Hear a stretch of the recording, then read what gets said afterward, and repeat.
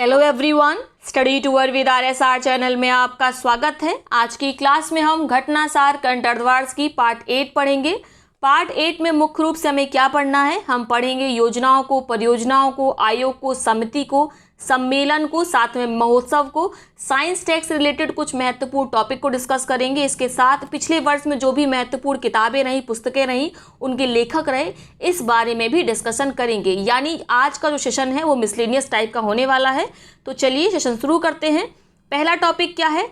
पहला टॉपिक है E100 pilot परियोजना। तो इसको लगा लीजिए मोस्ट इंपॉर्टेंट। प्रधानमंत्री नरेंद्र मोदी ने विश्व पर्यावरण दिवस के अवसर पर, जो कि 5 जून 2021 को मनाया जाता है, वीडियो कॉन्फ्रेंसिंग के माध्यम से E100 पायलट परियोजना का शुभारंभ किया। साथ ही 2020 से 25 के लिए भारत में एथेनॉल मिश्रण की कार्य योजना पर विशेषज्ञ समिति यानी एक्सपर्ट कमेटी की रिपोर्ट को भी जारी किया। इस परियोजना का उद्देश्य पुणे में एथेनॉल का उत्पादन, समूचे देश में इसके वितरण का बुनियादी ढांचा तैयार करना है। तो यहाँ पर आप ध्यान देंगे, एथेनॉल के उत्पादन इकाई का शुभारंभ कहाँ पर किया गया? तो आपका उत्तर होगा पुणे, महाराष्ट्र में। ठीक है, साथ में पूरे देश में इंफ्रास्ट्रक्चर तैयार किया जाएगा ताकि जो एथेनॉल मिश्रित फ्यूल है, ईंधन है, उसका वितरण किया जा सके। साथ में कुछ लक्ष्य भी पहले निर्धारित किए गए थे। पहले लक्ष्य निर्धारित किया गया था कि 2022 तक हम पेट्रोल में 10% एथेनॉल मिलाएंगे और 2030 तक हमने लक्ष्य रखा था कि हम 20% एथेनॉल मिलाएंगे पेट्रोल में। लेकिन जो 2030 वाला लक्ष्य था, अब उसको शिफ्ट करके 2025 कर दिया। यानी 2025 तक पेट्रोल में हमें 20% एथेनॉल मिश्रण करना है। याद रहेगा? क्लियर हो गया? पहले लक्ष्य 2030 था, अब 2025 कर लिया है। 2022 तक कितना मिश्रित करना है हमको? 10%, 10%। ठीक है, क्लियर हो गया? इसके साथ ही आप E100 पायलट परियोजना का विषय भी देख सकते हैं, बेहतर पर्यावरण के लिए जैव ईंधन को प्रोत्साहन। तो इसका विषय है, साथ में इसके लक्ष्य याद रखेंगे। अब बात करते हैं स्वामित्व योजना की। तो प्रधानमंत्री नरेंद्र मोदी ने 24 अप्रैल 2021 को राष्ट्रीय पंचायती राज दिवस के अवसर पर वीडियो कॉन्फ्रेंसिंग के माध्यम से स्वामित्व योजना के तहत ई संपत्ति कार्ड के वितरण की शुरुआत की। बात करें स्वामित्व योजना की, तो इसका फुल फॉर्म आप जानते हैं क्या है? Survey of villages and mapping with improvised technology in village areas. इसका फुल फॉर्म पूछा जाएगा, आप याद रखेंगे। एक बार फिर से रिपीट कर देते हैं, क्या है इसका full form? Survey of villages and mapping with improvised technology in village areas. Clear हो गया? ठीक है। सामाजिक आर्थिक रूप से सशक्त आत्मनिर्भर ग्रामीण भारत को बढ़ावा देने के लिए स्वामित्व योजना को केंद्रीय योजना के रूप में शुरू किया गया है। पहले चरण में 6 राज्यों महाराष्ट्र, कर्नाटक, हरियाणा, उत्तर प्रदेश, उत्तराखंड, मध्य प्रदेश में इसे पायलट आधार पर लॉन्च किया गया है। तो देखना है आपको, पहले चरण में उत्तर प्रदेश शामिल है। ठीक है, याद रखेंगे। यह योजना 2021 से लेकर 2025 के दौरान पूरे देश के लगभग 6.62 लाख गांवों में कवर करेगी। अब समझते हैं स्वामित्व योजना है क्या। तो यह योजना ग्रामीण क्षेत्रों में बसी हुए भूमि के सीमांकन को सुनिश्चित करेगा। यानी गांव किस क्षेत्र तक बसे हुए हैं उनका सीमांकन किया जाएगा। सीमांकन कैसे किया जाएगा? सर्वेक्षण कौन करेगा? तो ड्रोन के माध्यम से सर्वेक्षण होगा। ठीक है, साथ में जो इंडिविजुअल है, जो व्यक्ति गांव में रहता है, प्रत्येक व्यक्ति, उसके पास कितनी संपत्ति है, इसका भी निर्धारण ड्रोन के माध्यम से किया जाएगा। उसके आधार पर सबको संपत्ति कार्ड दिए जाएंगे। संपत्ति कार्ड मिलने का लाभ ये है कि वे किसी भी बैंक से आसानी से लोन प्राप्त कर सकते हैं। तो आई होप आपको अब समझ में आ गया होगा स्वामित्व योजना क्या है। ठीक है, 6 राज्यों में पहले चरण में से शुरू किया गया, जिसमें उत्तर प्रदेश भी शामिल है। क्लियर हो गया? आगे बात करते हैं जल शक्ति अभियान की, कैच द रेन। प्रधानमंत्री नरेंद्र मोदी ने 22 मार्च 2021 को विश्व जल दिवस के अवसर पर नई दिल्ली में वीडियो कॉन्फ्रेंसिंग के माध्यम से जल शक्ति अभियान कैच द रेन की शुरुआत की। तो 22 मार्च को क्या होता है? विश्व जल दिवस होता है। आप याद रखेंगे, पीछे हमने 24 अप्रैल पढ़ा था, उस दिन क्या होता है? पंचायती राज दिवस होता है। 5 जून को क्या होता है? पर्यावरण दिवस होता है। अब बात करते हैं अपने जल शक्ति अभियान की। तो इस अभियान का उद्देश्य वर्षा जल के समुचित संग्रह को सुनिश्चित करने के लिए सभी संबंधित हितधारकों को सक्रिय करना, यानी जितने स्टेक होल्डर्स हैं उन सबको सक्रिय करना है, ताकि वे अपने अपने क्षेत्रों के मौसम, भूगर्भीय संरचना के हिसाब से वर्षा जल संरक्षण के लिए आवश्यक निर्माण कार्य कर सकें। ठीक है, यह अभियान देश भर के ग्रामीण और शहरी क्षेत्रों में एक साथ कैच द रेन, अर्थात जहां भी जब भी संभव हो वर्षा का जल संग्रह करें, शीर्षक के साथ चलाया गया है। इसका इंग्लिश में जो पंच लाइन है वह है catch the rain where it fall when it falls. ठीक है, इंग्लिश की पंच लाइन भी आप याद रख सकते हैं। आपको याद रखना है तो ये महत्वपूर्ण याद रखने योग्य बात है कि शहरी और ग्रामीण क्षेत्रों में दोनों में एक साथ शुरू किया गया है। अगर क्वेश्चन आएगा तो हो सकता है स्टेटमेंट वाला सवाल आपसे पूछा जाए, उसमें दिया जाए कि इसे केवल ग्रामीण क्षेत्रों में शुरू किया गया या शहरी क्षेत्रों में शुरू किया गया। तो आपको याद रखना जो जल शक्ति अभियान है इसे कहाँ पर शुरू किया गया, ग्रामीण और शहरी क्षेत्रों में एक साथ। ठीक है, कैच द रेन अभियान को मानसूनी वर्षा की शुरुआत से पहले और मानसूनी वर्षा के मौसम की समाप्ति के बीच 22 मार्च से लेकर 30 जून तक चलाया जाएगा। तो ये अवधि भी आप याद रखेंगे, हो सकता है पूछ ली जाए। 22 मार्च से लेकर 30 नवंबर के बीच इसको चलाया जाएगा। जल और जल संरक्षण जुड़े विभिन्न विषयों पर विचार करने के लिए देश के सभी जिलों की ग्राम पंचायतों में ग्राम सभाओं का आयोजन किया जाएगा। जल संरक्षण के लिए जो ग्राम सभाएं हैं वे जल शपथ भी लेंगी। तो ये महत्वपूर्ण लाइन है, कौन सी शपथ लेंगी, जल शपथ लेंगी। कौन, ग्राम सभाएं। अगर पूछा जाए, मान लीजिए विकल्प दे दिया जाए कि जो जल शक्ति अभियान उसमें जल शपथ कौन लेगा, तो आपको विकल्प दे दिया जाए जिला पंचायत, ब्लॉक प्रमुख, ठीक है, ग्राम सभा या ग्राम पंचायत। तो आपको याद रखना है, ठीक है, ग्राम सभाएं क्या करेंगी, जल शपथ लेंगी। क्लियर। अब बात कर लेते हैं प्रमुख आयोग और समितियों के बारे में। दूसरे नियामक समीक्षा प्राधिकरण 2.0 के लिए सलाहकार समूह का गठन। भारतीय रिजर्व बैंक ने दूसरे नियामक समीक्षा रेगुलेटरी समीक्षा प्राधिकरण, ठीक है, रेगुलेटरी रिव्यू अथॉरिटी 2.0 सहायता के लिए हाल ही में एक सलाहकार समूह का गठन किया है, जिसके अध्यक्ष कौन है, याद रखिए, अध्यक्षता करेंगे एम जानकी रमन। ठीक है, इसमें 6 सदस्य हैं जिनके नाम आपको बिल्कुल भी नहीं जानना है। तो क्या जानेंगे आप, रेगुलेटरी रिव्यू अथॉरिटी के अध्यक्ष किसे बनाया गया है, तो आपको याद रखना है स्टेट बैंक के प्रबंध निदेशक हैं, मैनेजिंग डायरेक्टर हैं एम जानकी रमन, यही अध्यक्षता करेंगे। क्लियर। आगे बात करते हैं यूनिवर्सल बैंकों व स्मॉल फाइनेंस बैंकों के आवेदनों के मूल्यांकन हेतु रिजर्व बैंक की समिति। देखिए, देश में जो विभिन्न बैंक कार्यरत होती हैं वे भारतीय रिजर्व बैंक को आवेदन करती हैं कि उन्हें स्मॉल फाइनेंस बैंक में बदल दिया जाए या यूनिवर्सल बैंक में बदल दिया जाए। तो इसके लिए वे आवेदन करती हैं। अब आवेदन कितने सही हैं इसकी जांच के लिए, इसके मूल्यांकन के लिए भारतीय रिजर्व बैंक ने एक समिति बनाई है, जिसकी अध्यक्षता कौन करेंगे, आरबीआई के पूर्व डिप्टी गवर्नर श्यामला गोपीनाथ। याद रहेगा, ठीक है। यूनिवर्सल बैंकों व स्मॉल फाइनेंस बैंकों के आवेदनों के मूल्यांकन हेतु भारतीय रिजर्व बैंक ने एक समिति बनाई है, जिसकी अध्यक्षता करेंगे श्यामला गोपीनाथ। तो मेरे साथ ही आप बोलते जाइए और आपको याद होता जाएगा, ठीक है। बाद में मत सोचिएगा कि बाद में आप याद करेंगे, अभी याद करते जाइए। अब बात करते हैं कोविड सामग्री पर कर छूट की जांच के लिए 8 सदस्यीय समिति का गठन। इसको भी लगा लीजिए इम्पॉर्टेंट।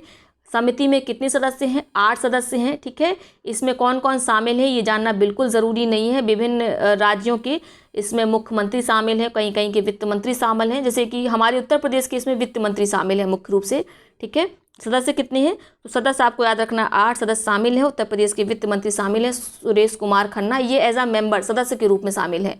और इसके बाद बात करें अध्यक्षता कौन करेंगे, तो ये मोस्ट इंपॉर्टेंट है, अध्यक्षता करेंगे मेघालय के मुख्यमंत्री कोनराड के संगमा।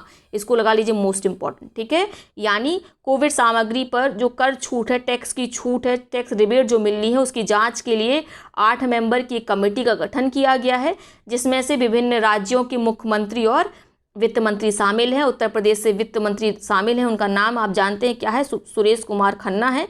और इस समिति की अध्यक्षता कौन करेंगे, तो मेघालय के मुख्यमंत्री कोनराड के संगमा। क्लियर। अगला हमारा टॉपिक है लखवाड़ बिजली परियोजना। केंद्रीय पर्यावरण मंत्रालय ने यमुना नदी पर प्रस्तावित लखवाड़ बिजली परियोजना को 5 फरवरी 2021 को मंजूरी प्रदान की। इस परियोजना से विद्युत उत्पादन के साथ ही 6 राज्यों को सिंचाई एवं शुद्ध पेयजल की प्राप्ति होगी। 6 राज्यों में कौन कौन से राज्य शामिल हैं, तो उत्तर प्रदेश, उत्तराखंड, हरियाणा, राजस्थान, दिल्ली और हिमाचल प्रदेश, और हमारा इसमें उत्तर प्रदेश शामिल है। तो आप ये ज़रूर याद रखेंगे, ठीक है। इस परियोजना से 300 मेगावाट विद्युत का उत्पादन होगा।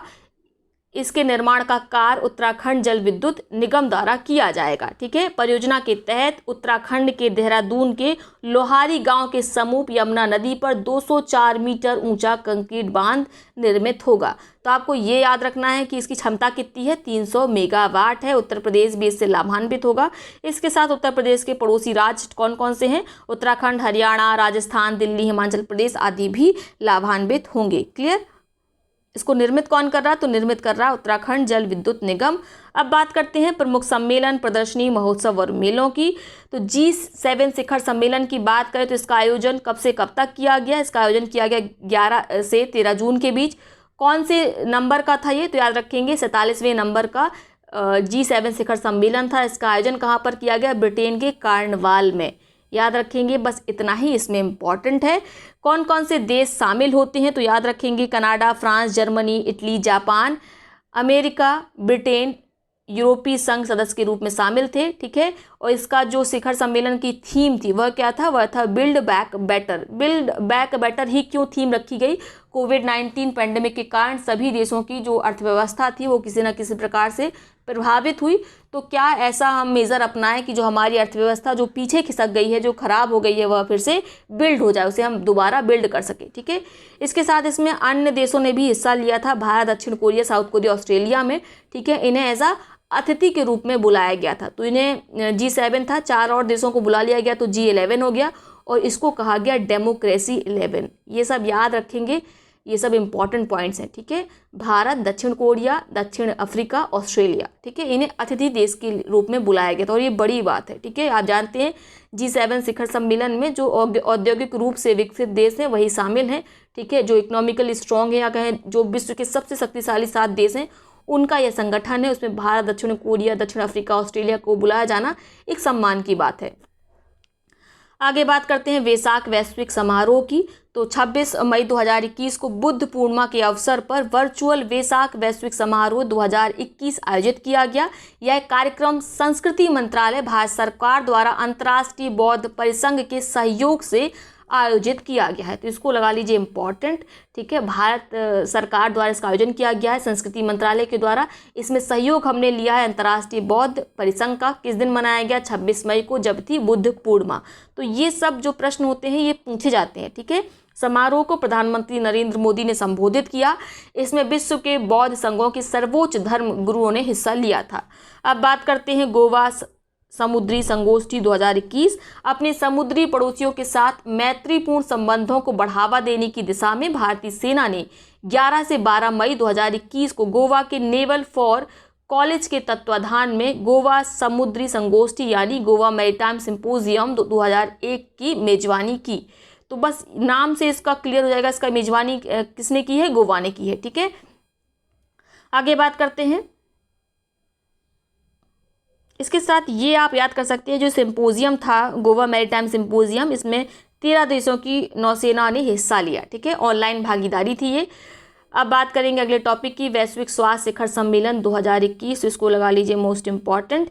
21 मई 2021 को वैश्विक स्वास्थ्य शिखर सम्मेलन ग्लोबल हेल्थ समिट 2021 का आयोजन इटली में किया गया। ठीक है, रोम इटली में किया गया। ये छोड़ दीजिए विला फार्म फिल्ज, ये नहीं पूछा जाएगा। इसका आयोजन कहाँ पर किया गया, रोम इटली में किया गया। इसकी थीम क्या थी, तो इसकी थीम थी यूनाइटेड अगेंस्ट कोविड-19। ठीक है, कोविड-19 के अगेंस्ट सब एक हैं, यूनाइटेड हैं। ठीक है, इस शिखर सम्मेलन की अध्यक्षता इटली के प्रधानमंत्री मारियो द्राघी, यूरोपीय आयोग की अध्यक्ष उर्सुला वोन डेर लेपेन द्वारा की गई। तो आपको याद रखना है जो वैश्विक स्वास्थ्य शिखर सम्मेलन था 2021 का, इसका आयोजन कहाँ पर किया गया, रोम इटली में किया गया। इसका थीम आप याद रख सकते हैं यूनाइटेड अगेंस्ट कोविड-19। अध्यक्षता किसके द्वारा की गई, इटली के प्रधानमंत्री के द्वारा, जिनका नाम है मारियो द्राघी।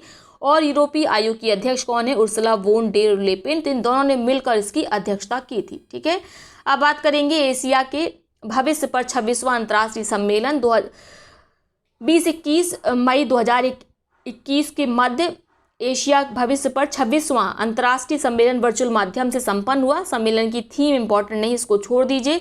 इसमें भारत के जो हमारे विदेश मंत्री हैं एस जयशंकर जी, उन्होंने हिस्सा लिया था।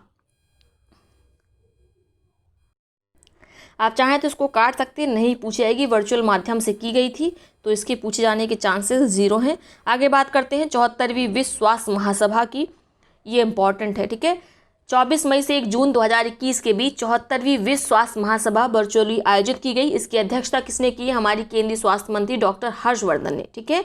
बस यही याद रखना है, जो 74वीं विश्व स्वास्थ्य महासभा थी इसकी अध्यक्षता किसने की है? डॉक्टर हर्षवर्धन ने। अध्यक्षता करना बड़ी बात है और प्रतिनिधित्व करना अलग बात है, ठीक है। तो प्रतिनिधि के रूप में ये विदेश मंत्री एस जयशंकर जी शामिल हुए थे एशिया के भविष्य के 26वें अंतर्राष्ट्रीय सम्मेलन में, इसीलिए इंपॉर्टेंट नहीं है। लेकिन यहाँ पर जो 74वीं विश्व स्वास्थ्य महासभा हुई उसकी अध्यक्षता हमारे स्वास्थ्य मंत्री के द्वारा की गई, डॉक्टर हर्षवर्धन के द्वारा, इसीलिए इसको याद रखेंगे, इंपॉर्टेंट है। आगे बात करें मैरीटाइम इंडिया समिट 2021 की, तो 2 से 4 मार्च 2021 तक आयोजित वर्चुअल मैरीटाइम इंडिया समिट का उद्घाटन प्रधानमंत्री नरेंद्र मोदी ने किया। इसकी थीम आप चाहें तो याद रख सकते हैं, बहुत बड़ी सी है। क्या है? भारतीय समुद्र क्षेत्र में व्यापार में संभावित अवसरों की खोज करना और आत्मनिर्भर भारत बनाना। तो आपको याद रखना है, मैरीटाइम इंडिया समिट 2021 का आयोजन वर्चुअल किया गया। उद्घाटन किसने किया? प्रधानमंत्री नरेंद्र मोदी ने, ठीक है। मैरीटाइम इंडिया समिट 2021 भारत सरकार की केंद्रीय पत्तन पोत परिवहन जलमार्ग राज्य मंत्रालय की प्रमुख पहल है, ठीक है। विश्व सतत विकास शिखर सम्मेलन 2021 प्रधानमंत्री नरेंद्र मोदी ने 10 फरवरी 2021 को विश्व सतत विकास शिखर सम्मेलन 2021 वर्ल्ड सस्टेनेबल डेवलपमेंट समिट का उद्घाटन किया। वीडियो कॉन्फ्रेंसिंग के माध्यम से हुए सम्मेलन में प्रधानमंत्री ने कहा कि जलवायु परिवर्तन का मुकाबला करने का रास्ता जलवायु न्याय से होकर गुजरता है, यानी क्लाइमेट जस्टिस से होकर गुजरता है। इसकी थीम क्या थी? सबके लिए सुरक्षित एवं संरक्षित पर्यावरण और हमारा साझा भविष्य। तो ये थीम इंपॉर्टेंट है, भले ही बड़ी है पर इसको रट डालिए, ये पूछी जाएगी, ठीक है। नई दिल्ली स्थित the energy and resources institute, जिसे शॉर्ट में टेरी कहा जाता है, ने वन एवं पर्यावरण मंत्रालय, नवीन नवीकरणीय ऊर्जा मंत्रालय के सहयोग से सम्मेलन का आयोजन किया था, ठीक है। थीम याद रखेंगे, साथ में याद रखेंगे उद्घाटन हमारे प्रधानमंत्री नरेंद्र मोदी जी के द्वारा किया गया। आगे बात करते हैं global chiefs of air staff सम्मेलन, ठीक है। 3 फरवरी से 4 फरवरी 2021 के बीच global chiefs of air staff सम्मेलन का आयोजन बेंगलुरु में किया गया। तो रट लीजिए इसको, इसका आयोजन हर साल बेंगलुरु में ही होता है, ठीक है। हमेशा इसका जो आयोजन है बेंगलुरु में होता है। अध्यक्षता किसके द्वारा की जाती है? आयोजन किसके द्वारा किया जाता है? तो वायुसेना के द्वारा किया जाता है, ठीक है। उद्घाटन किसने किया? तो जो वायुसेना के मंत्री हैं, कौन है, मतलब रक्षा मंत्री जो हमारे मुख्य रूप से, वो कौन है? राजनाथ सिंह है, तो इन्होंने किया। मेजबानी किसने की? तो किसने किया? आप याद रखेंगे, वायुसेना ने, ठीक है। वायुसेना ने ही इसका आयोजन किया। कहाँ पर किया? बेंगलुरु में किया। इस सम्मेलन में 28 देशों की वायुसेनाओं के प्रमुख कमांडर शामिल हुए। तो मुख्य रूप से ये सम्मेलन क्या होता है? इसमें सभी देशों के जो चीफ होते हैं वो शामिल होते हैं, साथ में वे एक प्रकार की एग्जीबिशन रखते हैं, यानी प्रदर्शनी रखते हैं अपने अपने जो इनके पास एयरशिप्स होते हैं उनकी। आगे बात करते हैं राष्ट्रीय युवा महोत्सव 2021। इस महोत्सव का आयोजन 12 से 16 जनवरी 2021 के बीच किया गया। 12 जनवरी को स्वामी विवेकानंद की जयंती थी, जिसे राष्ट्रीय युवा दिवस के रूप में मनाया जाता है। महोत्सव का केंद्रीय विषय था युवा उत्साह नए भारत का। युवा उत्साह नए भारत का यह इसकी थीम थी। साथ में याद रखना है, राष्ट्रीय युवा महोत्सव का आयोजन 12 से 14 जनवरी 2021 के 12 से 16 जनवरी, ठीक है, इस बीच में किया गया। और 12 जनवरी को आप जानते हैं राष्ट्रीय युवा दिवस होता है। क्यों मनाया जाता है 12 जनवरी को ही? क्योंकि स्वामी विवेकानंद जी की जयंती होती है, उनका जन्म दिवस होता है। क्लियर हो गया? अगला टॉपिक देखते हैं, international commission on large dam संगोष्ठी। केंद्रीय जल शक्ति मंत्री गजेंद्र सिंह शेखावत ने नई दिल्ली में 4 से 27 फरवरी 2021 तक चलने वाले international commission on large dam संगोष्ठी का सिंपोजियम का उद्घाटन किया। इसका विषय था बांधों और नदी घाटियों का सतत विकास, ठीक है। इसमें देश विदेश से 300 से अधिक प्रतिनिधियों ने हिस्सा लिया, ठीक है। केंद्रीय जल आयोग यानी CWC, बांध पुनर्वास सुधार परियोजना, ठीक है, राष्ट्रीय जल विज्ञान परियोजना ने संयुक्त प्रयास से हाइब्रिड तरीके से संगोष्ठी का आयोजन किया था। हाइब्रिड तरीके से मतलब ये थोड़ी सी वर्चुअल माध्यम से होती है, बाकी ये इसमें लोग फिजिकली रूप से वहाँ पर उपस्थित होते हैं, ठीक है। तो दोनों माध्यम का प्रयोग किया जाता है, याद रहेगा, ठीक है। कब से कब तक इसका आयोजन किया गया? 4 से 27 फरवरी के बीच में। International commission on large dam symposium संगोष्ठी, किसके द्वारा इसका उद्घाटन किया गया, ये ज़्यादा इंपॉर्टेंट है, तो केंद्रीय जल शक्ति मंत्री गजेंद्र सिंह शेखावत जी के द्वारा इसका उद्घाटन किया गया। अब बात करते हैं 16वें प्रवासी भारतीय दिवस सम्मेलन 2021 की। 9 जनवरी 2021 को 16वें प्रवासी भारतीय दिवस सम्मेलन 2021 का वर्चुअल रूप से आयोजन किया गया। कमेंट बॉक्स में आप आंसर करेंगे। जो भारतीय प्रवासी दिवस है उसका आयोजन 9 जनवरी को ही क्यों किया जाता है, ठीक है। इस वर्ष का विषय क्या था प्रवासी भारतीय दिवस का, तो याद रखेंगे आत्मनिर्भर भारत में योगदान। किनका योगदान, जो प्रवासी बाहर रहते हैं उनका, ठीक है। प्रवासी भारतीय दिवस सम्मेलन विदेश मंत्रालय का प्रमुख कार्यक्रम है। तो यही सब लाइनें आपको विशेष ध्यान देना चाहिए। किसका आयोजन है ये, मुख्य रूप से विदेश मंत्रालय का। इसके साथ आप देखेंगे कि इसमें मुख्य रूप से मुख्य अतिथि कौन थे, चीफ गेस्ट कौन थे, तो वे थे सूरीनाम के राष्ट्रपति चंद्रिका प्रसाद संतोखी। ये इंपॉर्टेंट है, ठीक है। ये आयोजन कौन से नंबर का था, 16वें नंबर का था प्रवासी भारतीय सम्मेलन का। और इसमें कौन मुख्य अतिथि थे, चीफ गेस्ट थे, तो आपका उत्तर होगा सूरीनाम के राष्ट्रपति चंद्रिका प्रसाद संतोखी। अगला टॉपिक देखते हैं, इंटरनेशनल अखंड कॉन्फ्रेंस एडुकोन 2020 का आयोजन। केंद्रीय शिक्षा मंत्री रमेश पोखरियाल निशंक ने 7 जनवरी 2021 को वीडियो कॉन्फ्रेंसिंग के माध्यम से वर्चुअल इंटरनेशनल अखंड सम्मेलन एडुकोन का उद्घाटन किया। तो इसको लगा लीजिए मोस्ट इंपॉर्टेंट, ठीक है। इसकी थीम क्या थी, तो इसकी थीम थी envisioning education for transforming youth to restore global peace, ठीक है। यह 2 दिवसीय आयोजन था, आपको याद रखना है, ठीक है। इसका आयोजन किसके सहयोग से किया गया, पंजाब केंद्रीय विश्वविद्यालय भटिंडा, ठीक है, इसके सहयोग से। साथ में इसमें गेरा भी शामिल था, गेरा अर्थात ग्लोबल एजुकेशन रिसर्च एसोसिएशन। तो ये इंपॉर्टेंट है। एडुकेन 2020 का आयोजन किसके द्वारा किया गया, पहले वर्ष का उद्घाटन किसके द्वारा किया गया, केंद्रीय शिक्षा मंत्री रमेश पोखरियाल निशंक के द्वारा। ये हमारे आप कहें तो पूर्व शिक्षा मंत्री हो गए हैं, वर्तमान में शिक्षा मंत्री कौन है ये कमेंट बॉक्स में आप बताएंगे, ठीक है। ये 2 दिवसीय आयोजन था, आपको याद रखना है वर्चुअल इंटरनेशनल अखंड सम्मेलन या समिट, ठीक है, एडुकोन। आगे बात करते हैं आयोग और समितियों की। तो शहरी सहकारी बैंक पर 8 सदस्यीय विशेषज्ञ समिति।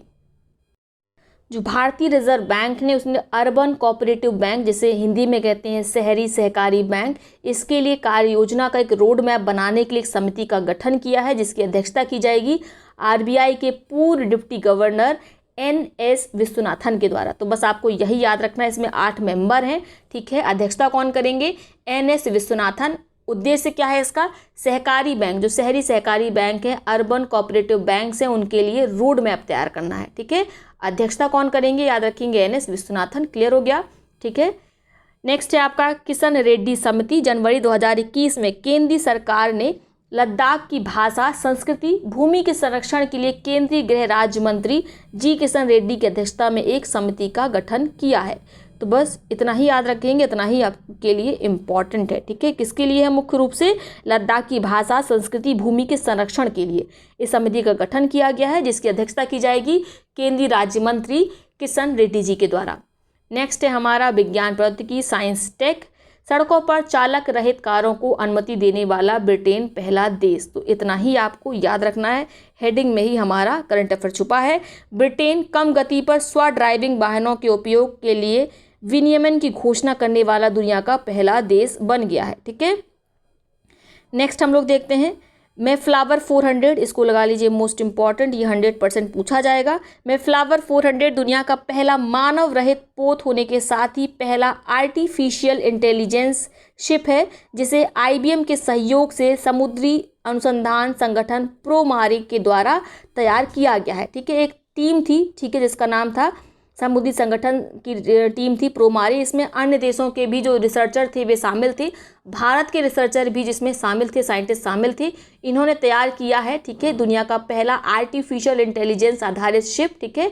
और ये पहला मानव रहित शिप है, इसीलिए आप उसको याद रखेंगे। इसका नाम है मेफ्लावर 400। किसने इसको तैयार किया है, तो IBM के सहयोग से इसे तैयार किया गया है समुद्री अनुसंधान संगठन के द्वारा, प्रोमारी के द्वारा, ठीक है। इसमें अन्य देशों के रिसर्चर भी शामिल हैं, भारत के रिसर्चर भी इसमें शामिल हैं। यह जहाज जलीय स्तनधारियों को ट्रैक करेगा, साथ ही पानी में प्लास्टिक का विश्लेषण करेगा, समुद्री प्रदूषण है उसका अध्ययन करेगा। क्लियर हो गया। तो मुख्य रूप से आपको याद रखना है आर्टिफिशियल इंटेलिजेंस आधारित है, मानव रहित है, तैयार किया है IBM ने और समुद्री अनुसंधान संगठन पोमारे ने, इसमें अन्य देश भी शामिल हैं। क्लियर। दुनिया के सबसे शक्तिशाली सुपर कंप्यूटर फुगाकू, तो 9 मार्च 2021 को दुनिया का सबसे शक्तिशाली सुपर कंप्यूटर फुगाकू जापान में पूर्ण रूप से अनुसंधान उपयोग हेतु विकसित किया गया है। फुगाकू का नाम माउंट फूजी के वैकल्पिक के रूप में रखा गया है। तो बस इतना ही याद रखना है, ठीक है। फुगाकू किस देश का सबसे शक्तिशाली सुपर कंप्यूटर है? ये दुनिया का सबसे शक्तिशाली सुपर कंप्यूटर है और ये कहाँ का है? जापान का है, ठीक है। फुगाकू सुपर कंप्यूटर जापान के सुपर कंप्यूटर की तुलना में 100 गुना अधिक अच्छा प्रदर्शन करता है। याद रहेगा। सुपर कंप्यूटर फुगाकू ने लगातार दूसरे वर्ष प्रकाशित सबसे तेज सुपर कंप्यूटर की शीर्ष 500 सूची में शीर्ष स्थान प्राप्त किया है, जो कि सुपर कंप्यूटर बेंचमार्क इंडेक्स है। तो जो सब सुपर कंप्यूटर बेंचमार्क इंडेक्स निकलता है उसमें टॉप किसने किया है? तो जापान के सुपर कंप्यूटर ने, जिसका नाम है फुगाकू, और ये दुनिया का सबसे शक्तिशाली सुपर कंप्यूटर बन गया। आगे बात करते हैं जेनोबोट्स की। तो अमेरिका के टॉफ्ट्स एंड वॉरमेंट विश्वविद्यालय के शोधकर्ताओं ने मेढकों की स्टेम कोशिकाओं से रोबोट विकसित किया है। इस रोबोट को जेनोबोट्स नाम दिया गया है। तो यही इंपॉर्टेंट है, ठीक है। पूछा जाएगा कि जो जेनोबोट्स, पहली बात तो जेनोबोट्स है क्या, तो आप बताएंगे यह क्या है? रोबोट है, ठीक है। इसमें किसकी कोशिकाओं का, किसकी सेल्स का, स्टेम सेल का प्रयोग किया गया है? तो आपका उत्तर होगा मेढक, ठीक है। विकल्प में हो सकता है मछली, बंदर, ये सब दे दी जाए, लेकिन आपको याद रखना है मेढक इसका उत्तर है, ठीक है। यह रोबोट क्षति के बाद स्वयं को ठीक करने में सक्षम है। मेमोरी रिकॉर्ड कर सकते हैं, समूह में एक साथ काम भी कर सकते हैं, ठीक है। ये सजीव रोबोट अपने परिवेश के बारे में जानकारी दे सकते हैं।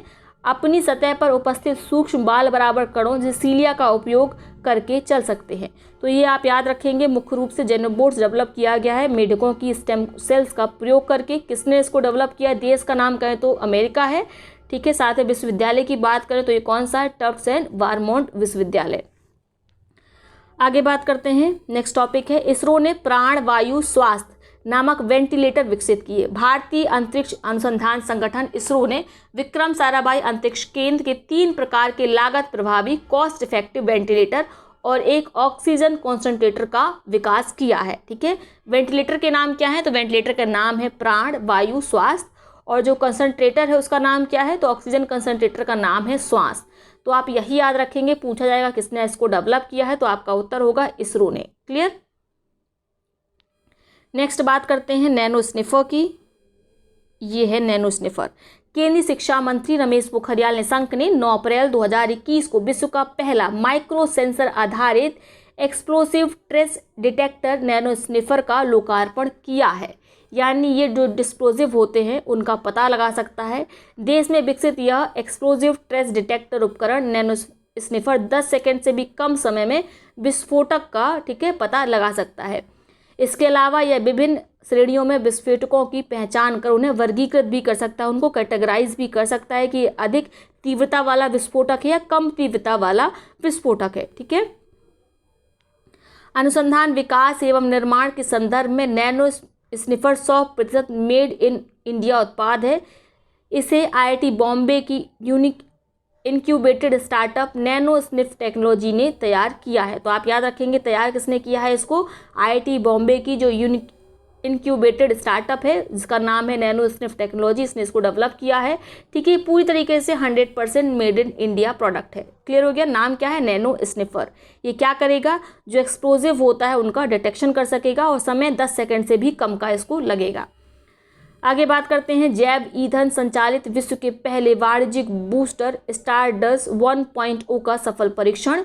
अमेरिकी rocket startup company blue shift aerospace द्वारा जैव ईंधन संचालित यानी बायोफ्यूल से चलने वाले विश्व के पहले वाणिज्यिक बूस्टर को सफलतापूर्वक लॉन्च किया। तो पहले कॉमर्शियल बूस्टर को सफलतापूर्वक लॉन्च किया गया है, किसका प्रयोग करके? बायोफ्यूल का प्रयोग करके। किसने? अमेरिकी एक रॉकेट स्टार्टअप कंपनी जिसका नाम है ब्लू शिफ्ट एरोस्पेस। तो बस इतना ही आपको इसमें याद रखना है, इतना सफिशिएंट है। इसके बाद करते हैं तटीय अनुसंधान पोत सागर अन्वेषिका का उद्घाटन। केंद्रीय मंत्री डॉक्टर हर्षवर्धन ने 9 जनवरी 2021 को चेन्नई पोर्ट ट्रस्ट में अत्याधुनिक सागर अन्वेषिका का शुभारंभ किया। पोत सागर अन्वेषिका वैज्ञानिकों को गहरे समुद्र की खोज के लिए सागर मिशन शुरू करने में सक्षम करेगा। ठीक है, क्लियर हो गया। अब बात करते हैं अंतरिक्ष प्रौद्योगिकी। ठीक है, ये इंपॉर्टेंट है, इसको ध्यान से सुनेंगे। मंगल पर पहली बार ऑक्सीजन का उत्पादन। अमेरिकी अंतरिक्ष एजेंसी नासा के परसिवरेंस रोवर ने मंगल पर अपनी सफल लैंडिंग के 63 दिन बाद 20 अप्रैल 2021 को प्रमुख उद्देश्यों में से एक में सफलता प्राप्त की है। परसिवरेंस रोवर ने अपनी मॉक्सी नामक उपकरण से मंगल के वायुमंडल में कार्बन डाइऑक्साइड लेकर शुद्ध सांस लेने योग्य 5 ग्राम ऑक्सीजन का निर्माण किया है और 5 ग्राम ऑक्सीजन का प्रयोग करके एक अंतरिक्ष यात्री 10 मिनट तक सांस ले सकता है। किस उपकरण का प्रयोग किया है? मॉक्सी का। ठीक है, किसने?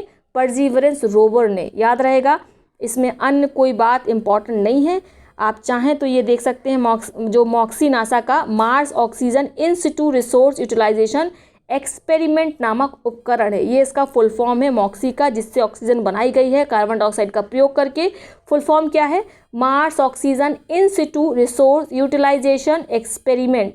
तो मुझे नहीं लगता फुल फॉर्म पूछा जाएगा, लेकिन आप चाहें तो याद कर सकते हैं। ठीक है, आगे महत्वपूर्ण क्या है इसमें, तो आगे आप देखेंगे इंजेन्युटी की इस उड़ान में नासा के जेट प्रोफेशनल्स प्रयोगशाला में परसिवरेंस मिशन में चीफ इंजीनियर के रूप में कार्यरत भारतीय मूल के इंडियन ओरिजिन के अमेरिकी डॉक्टर जे बॉब बालाराम का महत्वपूर्ण योगदान रहा है। तो इसमें कौन भारतीय इंडियन ओरिजिन के साइंटिस्ट शामिल हैं? तो आपका उत्तर होगा डॉक्टर जे बॉब बालाराम इसमें शामिल हैं। ठीक है, नेक्स्ट हमारा टॉपिक है स्पेस एक्स द्वारा एक साथ 60 उपग्रहों का सफल प्रक्षेपण। अरबपति कारोबारी एलोन मस्क की कंपनी स्पेस एक्स ने अपने स्टारलिंक उपग्रहों का 26वां बैच 4 मई 2021 को प्रक्षेपित किया। वैज्ञानिकों की टीम ने कैनेडी स्पेस सेंटर से दोपहर के समय 60 स्टारलिंक उपग्रहों को एक साथ पृथ्वी की कक्षा में पहुंचाया। तो कमेंट बॉक्स में आप बताएंगे ये कैनेडी स्पेस रिसर्च सेंटर कहाँ पर, ये बहुत चर्चा में रहता है। ठीक है, और यहीं से जो एलोन मस्क का स्पेस एक्स संगठन है उसने 60 स्टारलिंक उपग्रहों को लॉन्च किया है। ठीक है, पृथ्वी की कक्षा पर पहुंचाया है। स्टार्स वार्स डे के अवसर पर स्पेस एक्स का फॉल्कन 9 रॉकेट इन 60 उपग्रहों को सफलतापूर्वक प्रक्षेपित किया है। तो आपको याद रखना किस रॉकेट का प्रयोग किया गया है? फॉल्कन 9 का। स्पेस एक्स के मुख्य रॉकेट का नाम ही फॉल्कन 9 है, आपने कई बार सुन रखा होगा। गौरतलब है कि कंपनी का 115वां फॉल्कन 9 लॉन्च था, यानी फॉल्कन 9 का प्रयोग करके 115वां ये लॉन्च था। आगे बात करते हैं मंगल ग्रह पर चीन के रोवर की सफल लैंडिंग। अंतरिक्ष अभियानों के क्षेत्र में चीन को एक बड़ी उपलब्धि मई 2021 में उस समय प्राप्त हुई जब जुरोंग रोवर सहित इसका लैंडर 14 मई को सफलतापूर्वक मंगल ग्रह की सतह पर यूटोपिया प्लानिशिया क्षेत्र में उतर गया। तो यूटोपिया प्लानिशिया क्षेत्र में चीन का रोवर उतरा है जिसका नाम है जुरोंग। तो ये याद रखना है, ये पूछा जा सकता है जुरोंग रोवर किस देश का है, नासा का है या किस अंतरिक्ष एजेंसी का है? तो आपका उत्तर होगा ठीक है, चीन के अंतरिक्ष एजेंसी का है ये। ठीक है, कहाँ पर ये उतरा है मुख्य रूप से? तो आपको याद रखना है इसकी कहाँ पर लैंडिंग हुई है? मंगल ग्रह पर। मंगल ग्रह पर कहाँ पर? तो याद रखेंगे यूटोपिया प्लानिशिया में। ठीक है, मंगल ग्रह पर रोवर को उतारने वाला चीन अमेरिका के पश्चात दूसरा ही देश है। अग्नि के देवता के नाम पर चीन के रोवर का नाम जुरोंग रखा गया है। ठीक है, तो गॉड ऑफ अग्नि को क्या बोलते हैं? फायर बोलते। ठीक है, तो गॉड ऑफ फायर के नाम पर जुरोंग का नाम रखा गया है। और मंगल ग्रह पर रोवर को उतारने के मामले में चीन दूसरा देश बन गया है, पहले नंबर पर अमेरिका का स्थान आता है। क्लियर हो गया। आगे बात करेंगे स्पेस एक्स की चंद्र payload DOGE-1 mission to moon launch करने की तैयारी। एलोन मस्क की स्वामित्व वाली कंपनी स्पेस एक्स ने पहला वाणिज्यिक चंद्र payload DOGE-1 mission to moon launch करने की तैयारी कर ली है, जिसका पूरा भुगतान क्रिप्टो करेंसी डॉजकॉइन में किया जाएगा। याद रहेगा इसका नाम क्या है? DOGE-1 मिशन है। ठीक है, ये मून के लिए, चंद्रमा के लिए एक मिशन है। इसका भुगतान क्रिप्टो करेंसी में किया गया जिसका नाम है डॉजकॉइन। तो अगर पूछा जाए डॉजकॉइन किसकी क्रिप्टो करेंसी है, तो मुख्य रूप से किसकी है? स्पेस एक्स की। ठीक है, इस चंद्रमा उपग्रह का प्रक्षेपण फॉल्कन 9 रॉकेट से वर्ष 2022 में पहली तिमाही में किया जाना है। डॉजकॉइन वित्त पोषित मिशन का नेतृत्व कनाडाई कंपनी जियोमेट्रिक एनर्जी कॉरपोरेशन द्वारा किया जाएगा। तो ये सब बकवास है, ये सब छोड़ दीजिए, काम का नहीं है। जो काम का है वो आपको बता दिया गया है। आगे बात करते हैं स्क्वायर किलोमीटर एरे ऑब्जर्वेटरी का शुभारंभ। फरवरी 2021 में एक नया अंतर सरकारी संगठन स्क्वायर किलोमीटर एरे ऑब्जर्वेटरी को शुरू किया गया। यह रेडियो खगोल विज्ञान के लिए समर्पित दुनिया का पहला दूसरा अंतर सरकारी संगठन है। ठीक है, दुनिया का दूसरा अंतर सरकारी संगठन है। ये इस ऑब्जर्वेटरी का लक्ष्य 2 रेडियो टेलीस्कोप नेटवर्क का निर्माण और संचालन करना है, जो अब तक की कल्पना में सबसे बड़े और सबसे जटिल नेटवर्क होंगे। ठीक है, मुख्य रूप से इसमें जो 2 नेटवर्क है वे कहाँ कहाँ स्थापित किए जाएंगे, 2 ही नेटवर्क स्थापित करना है। तो ये दोनों नेटवर्क स्थापित होंगे दक्षिण अफ्रीका में, ऑस्ट्रेलिया में। ठीक है, और इस एरे ऑब्जर्वेटरी का जो मुख्यालय है, हेडक्वार्टर है, वह कहाँ पर होगा? ब्रिटेन में होगा। याद रहेगा, अंतर सरकारी संगठन है स्क्वायर किलोमीटर एरे ऑब्जर्वेटरी। ठीक है, ये दुनिया का दूसरा अंतर सरकारी संगठन है जो समर्पित है रेडियो खगोल विज्ञान के लिए। ठीक है, इसमें 2 नेटवर्क स्थापित किए जाने हैं। पहला नेटवर्क स्थापित किया जाएगा दक्षिण अफ्रीका में, दूसरा ऑस्ट्रेलिया में। और इस एरे ऑब्जर्वेटरी का जो मुख्यालय है वह कहाँ पर होगा? ब्रिटेन में होगा। वर्तमान में लगभग 17 देश इसमें शामिल हैं पर्यवेक्षक के रूप में। ठीक है, ऑब्जर्वर के रूप में भारत, चीन, ऑस्ट्रेलिया, कनाडा, इटली आदि।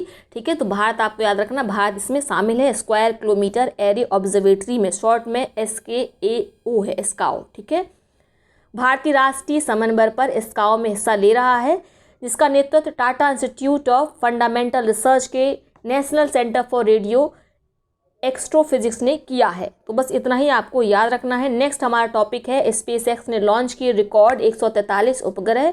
अमेरिका की निजी अंतरिक्ष कंपनी स्पेसएक्स ने 24 जनवरी 2021 को 143 छोटे उपग्रहों को ले जाने वाले ट्रांसपोर्टर 1 नामक अपने महत्वाकांक्षी राइड शेयर मिशन को सफलतापूर्वक लॉन्च किया है। मिशन का नाम क्या है? तो मिशन का नाम है राइड शेयर मिशन। ठीक है, और एक ही रॉकेट से कई उपग्रहों को लॉन्च किया है। इस प्रक्षेपण के साथ स्पेसएक्स ने फरवरी 2017 में इसरो द्वारा एक ही मिशन में पीएसएलवी द्वारा 104 उपग्रहों को प्रक्षेपित करने का जो रिकॉर्ड बनाया था उसको तोड़ दिया है। हमने जो 2017 में रिकॉर्ड बनाया था पीएसएलवी के द्वारा, हमने कुल 104 उपग्रहों को, सैटेलाइट्स को लॉन्च किया था। इस रिकॉर्ड को तोड़ दिया गया स्पेसएक्स के द्वारा। स्पेसएक्स ने 143 उपग्रहों को एक साथ लॉन्च किया है। ठीक है, कितने को? 143 को। कब किया है लॉन्च? जनवरी 2021 में। हमने 2017 में किए थे। कितने लॉन्च किए थे? 104। अब हमारा रिकॉर्ड टूट गया है, नया रिकॉर्ड स्पेसएक्स के नाम है। क्लियर? आगे बात करते हैं। बाकी बात वही, किसका प्रयोग किया है? तो 2 चढ़ वाले फॉल्कन 9 रॉकेट का स्पेसएक्स इसी का प्रयोग करता है। आगे बात करते हैं रक्षा और प्रतिरक्षा की। नेक्स्ट है सबसोनिक क्रूज मिसाइल निर्भय का परीक्षण। DRDO द्वारा 14 जून 2021 को ओडिशा के बालासोर के चांदीपुर में एक परीक्षण रेंज से सबसोनिक क्रूज मिसाइल निर्भय का सफल परीक्षण किया गया। यह मिसाइल की 8वीं परीक्षण उड़ान थी। निर्भय का पहला परीक्षण 12 मार्च 2013 को किया गया था। ठीक है, तो अब तक की कुल 8 उड़ानें हो चुकी हैं। पहला जो परीक्षण था 2013 में किया गया था। किसने किया है? DRDO ने किया है। ठीक है, निर्भय लंबी दूरी की प्रत्येक मौसम में मार करने वाली मिसाइल है, जिसे डेवलप किया है स्वदेशी तरीके से DRDO ने। बात करें पिनाक की, तो पिनाक का सफल परीक्षण किसके द्वारा किया गया है? DRDO के द्वारा। ठीक है, पिनाक रॉकेट की विस्तारित रेंज वाले संस्करण का सफल परीक्षण किया गया। रॉकेट ने 45 किलोमीटर दूरी पर निशाने को सफलता के साथ ध्वस्त किया। रॉकेट का परीक्षण कहां पर किया गया? उड़ीसा तट के चांदीपुर एकीकृत परीक्षण रेंज से। परीक्षण के दौरान लगातार 25 रॉकेट छोड़े गए जो लक्ष्य पूरा करने में सफल रहे। तो बस इतना ही याद रखेंगे। ठीक है, और इस रॉकेट को भगवान शंकर के धनुष पिनाक के नाम पर विकसित किया गया है। क्लियर हो गया? स्वदेशी निर्मित तरीके से निर्मित Pinaka guided rocket launch system का अपग्रेड संस्करण है, जो वर्तमान पिनाका MK1 रॉकेट की जगह लेगा। अब बात करते हैं INS राजपूत सेवा मुक्त। ये ऑलरेडी कई बार पढ़ा होगा, बहुत ज़्यादा न्यूज़ में था। भारतीय नौसेना का पहला विध्वंसक पोत INS राजपूत 21 मई 2021 को नौसेना से सेवा मुक्त हो गया। कब इसको कमीशन किया गया था? तो इसे कमीशन किया गया था 4 मई 1980 को। ठीक है, इसने कुल 41 वर्षों तक अपनी सेवा दी। ठीक है, उसके बाद विशाखापट्टनम के नौसेना डॉकयार्ड में इसको रख दिया गया था और इसे क्या कर दिया गया है? अब इसे सेवा मुक्त कर दिया गया। तो आपको याद रखना है कमीशन कब हुआ था? 1980 में। क्लियर? इस पोत ने ऑपरेशन अमन, पवन, कैक्टस आदि में हिस्सा लिया। यह भारतीय सेना में रेजिमेंट राजपूत रेजिमेंट के साथ जुड़ा पहला भारतीय नौसेना जहाज था। इसका प्रारंभिक नाम क्या था? तो प्रारंभिक नाम था नादेजनी। ठीक है, नादेजनी इसका प्रारंभिक नाम था। बाद में इसका नाम, जब ये राजपूत रेजिमेंट से जुड़ गया तो इसका नाम राजपूत हो गया। क्लियर। आगे बात करते हैं मिसाइल पाइथन 5 का सफल परीक्षण। DRDO द्वारा 27 अप्रैल 2021 को स्वदेश निर्मित हल्के लड़ाकू विमान तेजस से गोवा में हवा से हवा एयर टू एयर मिसाइल में मार करने वाली 5वीं पीढ़ी 5th जनरेशन की मिसाइल पाइथन 5 का सफल परीक्षण किया गया। तो यानी यहाँ पे 5 क्या शो कर रहा है? जनरेशन शो कर रहा है। 5th जनरेशन की यह मिसाइल है, याद रहेगा। आगे बात करते हैं भारतीय तटरक्षक बल जहाज सजग को कमीशन। राष्ट्रीय सुरक्षा सलाहकार अजीत डोभाल ने भारतीय तटरक्षक अपतटीय गश्ती पोत OPV ऑफशोर पेट्रोलिंग व्हीकल सजग को 29 मई 2021 को कमीशन किया। सजग का निर्माण गोवा शिपयार्ड लिमिटेड द्वारा किया गया। यह 5 अपतटीय गश्ती पोत की श्रृंखला का तीसरा पोत है। तो आपको यही याद रखना है, ये सब लाइनों को आप याद रखेंगे, इंपॉर्टेंट है। ठीक है, किसने इसको कमीशन किया है? तो हमारे राष्ट्रीय सुरक्षा सलाहकार अजीत डोभाल ने। ठीक है, सजग का निर्माण किसने किया है? तो स्वदेश निर्मित सजग उन्नत प्रौद्योगिकी उपकरण, हथियार और सेंसर से युक्त है। इसका निर्माण किया गया है गोवा शिपयार्ड लिमिटेड के द्वारा। ठीक है, और ये जो 5 अपतटीय OPV की जो लिस्ट है, सीरीज है, उसमें ये तीसरे नंबर का पोत है। अब बात करते हैं Indian naval landing craft utility L58 की। तो लैंडिंग क्राफ्ट यूटिलिटी मार्क 4 श्रेणी के 8वें और अंतिम जहाज Indian naval landing craft utility L58 को मार्च 18, 2021 को पोर्ट ब्लेयर अंडमान एवं निकोबार द्वीप समूह में भारतीय सेना में शामिल किया गया। तो बस यही इंपॉर्टेंट, इसे कहाँ पर शामिल किया गया? Indian naval landing craft utility L58 को। तो आपको याद रखना है पोर्ट ब्लेयर में, जो क्या है, जो कि राजधानी है अंडमान निकोबार द्वीप समूह की।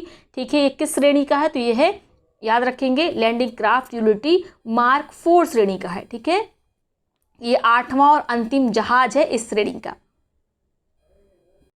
इसके साथ ही आप याद रख सकते हैं Indian naval landing craft utility L58, या जिसे L58 भी शॉर्ट में कह सकते हैं, इसको किसने डेवलप किया स्वदेशी रूप से? तो आपका याद उत्तर होगा garden reach ship builders and engineers limited के द्वारा, कोलकाता के द्वारा। क्लियर। नेक्स्ट हमारा जो टॉपिक है वह है वज्र भारतीय तटरक्षक बेड़े में शामिल। 24 मार्च 2021 को भारतीय तटरक्षक जहाज वज्र को औपचारिक रूप से भारतीय बेड़े में शामिल कर दिया गया है। और वज्र 6ठा अपतटीय गश्ती पोत है, जिसे तटीय सुरक्षा मजबूत के लिए बेड़े में शामिल किया गया है। इसका निर्माण किसने किया? L&T ने किया है। लार्सन ट्रूब्रो शिप बिल्डिंग लिमिटेड ने किया है। किसका निर्माण किया है? वज्र का। तो आप इसको याद रखेंगे, इसका निर्माण याद रखेंगे, L&T ने किया है। तो देखिए थोड़ा अलग सा मिला। अभी तक निर्माण कौन कर रहा था? अभी तक निर्माण मुख्य रूप से कौन, बताइए कौन कर रहा था? गार्डन रीच शिप बिल्डर्स कर रहे थे, लेकिन इसका निर्माण स्पेशली किया गया है लार्सन ट्रूब्रो के द्वारा। तो आपको याद रखना है वज्र का नाम। नेक्स्ट बात करते हैं सबमरीन INS करंज भारतीय नौसेना में शामिल। 10 मार्च 2021 को स्कॉर्पियन क्लास की सबमरीन INS करंज इंडियन नेवी के बेड़े में शामिल हो गई। मुंबई के नवल डॉकयार्ड में इस कार्यक्रम के दौरान INS करंज को शामिल किया गया। तो कहाँ शामिल किया गया है? आपको याद रखना है मुंबई में। ठीक है, किस क्लास की है? तो स्कॉर्पियन क्लास की है। इस सबमरीन की विशेषता है, पनडुब्बी की विशेषता है कि यह दुश्मन के इलाके में होने के बावजूद उसकी भनक तक नहीं लगने देती। ठीक है, यह सबमरीन टारपीडो मिसाइल से लैस है। डीजल इलेक्ट्रिक सबमरीन करंज को गोवा के मजडाउन डॉग लिमिटेड में बनाया गया, जिसकी लंबाई आपको बिल्कुल याद नहीं रखनी है। फुल फॉर्म आप चाहें तो करंज का देख सकते हैं। K फॉर है किलर इंस्टिंक्ट, A से आत्मनिर्भरता, ठीक है, आत्मनिर्भर भारत, R से रेडी, A से एग्रेसिव, N से निम्बल और J से जोश। ठीक है, क्लियर हो गया। आगे बात करते हैं हेलिना व ध्रुवास्त्र का सफल परीक्षण। तो हेलिना क्या है? हेलिना नाग मिसाइल है, जिसका फुल फॉर्म होता है हेलीकॉप्टर लॉन्च्ड नाग। ठीक है, ये पूछा गया है कई बार, हेलीकॉप्टर लॉन्च्ड नाग इसका पूरा फुल फॉर्म है। तो याद रखेंगे ये नाग मिसाइल ही है हेलिना। हेलिना व ध्रुवास्त्र का सफल परीक्षण राजस्थान के पोखरण में 19 फरवरी 2021 को किसी भी टैंक को ध्वस्त करने में सक्षम मिसाइल हेलिना ध्रुवास्त्र का सफल परीक्षण किया गया। DRDO के अनुसार सेना और वायुसेना द्वारा संयुक्त परीक्षण में देश में ही विकसित इन मिसाइलों ने सटीक निशाना लगाकर लक्ष्य को ध्वस्त कर दिया। इसके साथ ही हेलिना ध्रुवास्त्र के सेना और वायुसेना में शामिल होने का जो मार्ग है वह प्रशस्त हो गया है। डीआरडीओ ने कहा कि न्यूनतम और अधिकतम दूरी में 5 मिसाइलों को दाग कर क्षमता का आकलन किया गया है। अंतिम परीक्षण में वारहेड के साथ मिसाइल से एक टैंक को निशाना बनाया गया। ठीक है, मिसाइलों को दुनिया के सबसे उन्नत टैंक रोधी हथियारों में से एक बताया गया है, याद रखेंगे।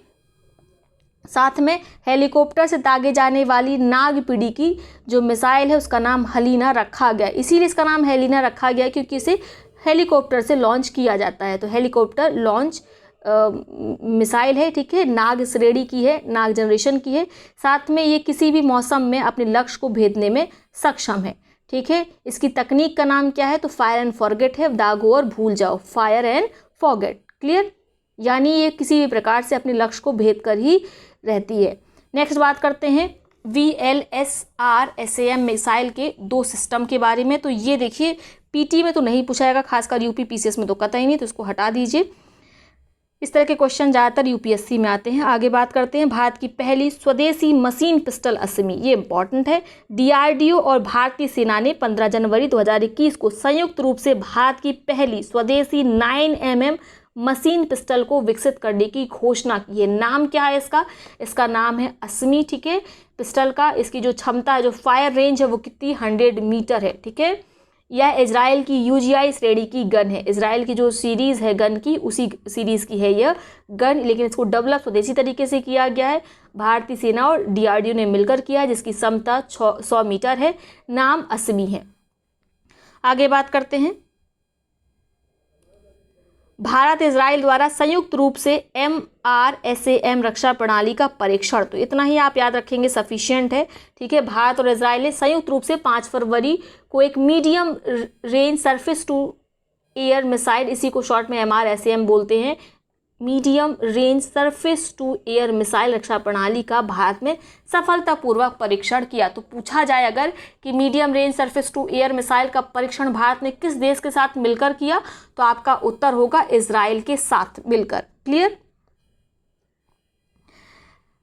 आगे बात करते हैं। प्रधानमंत्री ने सेना को अर्जुन MK-1A टैंक सौंपा। प्रधानमंत्री नरेंद्र मोदी ने 24 फरवरी 2021 को चेन्नई के जवाहरलाल नेहरू इंडोर स्टेडियम में एक समारोह में स्वदेशी मुख्य युद्धक टैंक अर्जुन MK-1A टैंक को सेना को समर्पित किया।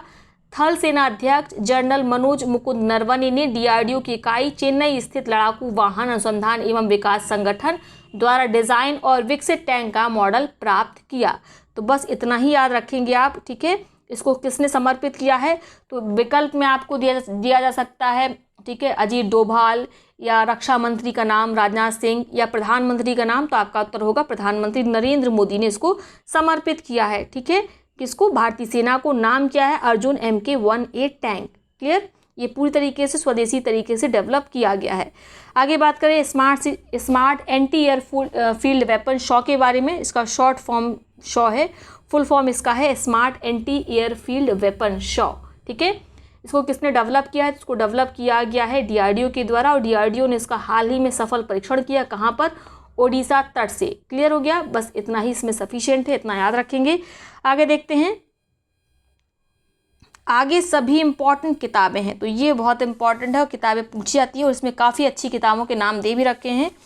तो देख लेते हैं कि किताब को एक बार, जो इम्पॉर्टेंट है उसमें हम टिक करते जाएंगे, आप उन पर ज़्यादा ध्यान देंगे। तो पहला है the living mountain, a fable for ever times. ये बहुत इंपॉर्टेंट, ये पूछी जाएगी। The living mountain, a fable for ever times, ये है अमिताभ घोष की। उसके बाद नेम्स ऑफ द वुमन याद रख सकते हैं, जीत थाइल की है, ये इंपॉर्टेंट है। The 7 since of being a mother, ये पूछी जाएगी। ताहिरा कश्यप खुराना की किताब है the 7 since of being a mother. उसके बाद वेयर अबाउट आप देख सकते हैं, झुम्पा लाहिड़ी की है। ठीक है, भारतीय मूल की अमेरिकी लेखिका झुम्पा लाहिड़ी का एक उपन्यास इतावली भाषा में का अंग्रेजी अनुवाद है। ये इतावली जो उपन्यास है उसका ये अनुवाद है, आपको याद रखना है। ठीक है, अंग्रेजी भाषा का अनुवाद है जिसका नाम है वेयर अबाउट। ठीक है, इंडियन ओरिजिन की लेखिका है, इसलिए आप इनका नाम याद रख सकते हैं, झुम्पा लाहिड़ी इनका नाम है, किताब का नाम है वेयर अबाउट्स। आगे बात करेंगे life in the clock of tower valley. तो ये PTI के पत्रकार साकू राथेर ने लिखा है, और ये किताब काफ़ी चर्चा में थी, तो हो सकता है इसको पूछ लिया जाए। ठीक है, साकू राथेर की किताब नाम क्या है? Life in the clock tower valley. Next है the population myth Islam family planning and politics in India, तो इसको लगा लीजिए मोस्ट इंपॉर्टेंट, ये पूछी जाएगी। ये किसके द्वारा लिखी गई है? तो लिखी गई है पूर्व मुख्य चुनाव आयुक्त के द्वारा, A.Y. कुरैशी के द्वारा। तो इंपॉर्टेंट है, ठीक है, इंपॉर्टेंट व्यक्ति ने लिखी भी है। किताब का नाम क्या है? The population myth Islam family planning and politics in India. Believe what life and cricket taught me, तो इससे आप परिचित होंगे। इसको मुख्य रूप से ये किसकी जीवन पर लिखी गई किताब है? सुरेश रैना की। और इसको किसने लिखा है? तो भरत सुंदरसन ने लिखा है। सुरेश रैना और भरत सुंदरसन इसके राइटर हैं। Believe what life and cricket taught me. Next है द बेंच, दो बेंच को लगा लीजिए इंपॉर्टेंट। ये किसने लिखी है द बेंच? ये लिखी है मेघन मार्केल ने। ये पत्नी है किसकी? प्रिंस हैरी की। बात करेंगे इंडिया इज पावर एलीट, ये किसके द्वारा लिखी गई है? ठीक है, ये संजय वारू के द्वारा किताब लिखी गई। संजय वारू ने कौन सी किताब लिखी थी जो एक बार परीक्षा में भी आई थी? द एक्सीडेंटल प्राइम मिनिस्टर, ठीक है, उन्हीं के द्वारा लिखी गई थी द एक्सीडेंटल प्राइम मिनिस्टर, जो ऑलरेडी एग्जाम में आ चुकी है। अब इनकी एक और किताब पब्लिश हुई जिसका नाम है India's power elite, caste class and cultural revolution, ठीक है। दूसरी किताब का नाम क्या है? नेक्स्ट जो किताब है वह है India and Asian geopolitics the past and present.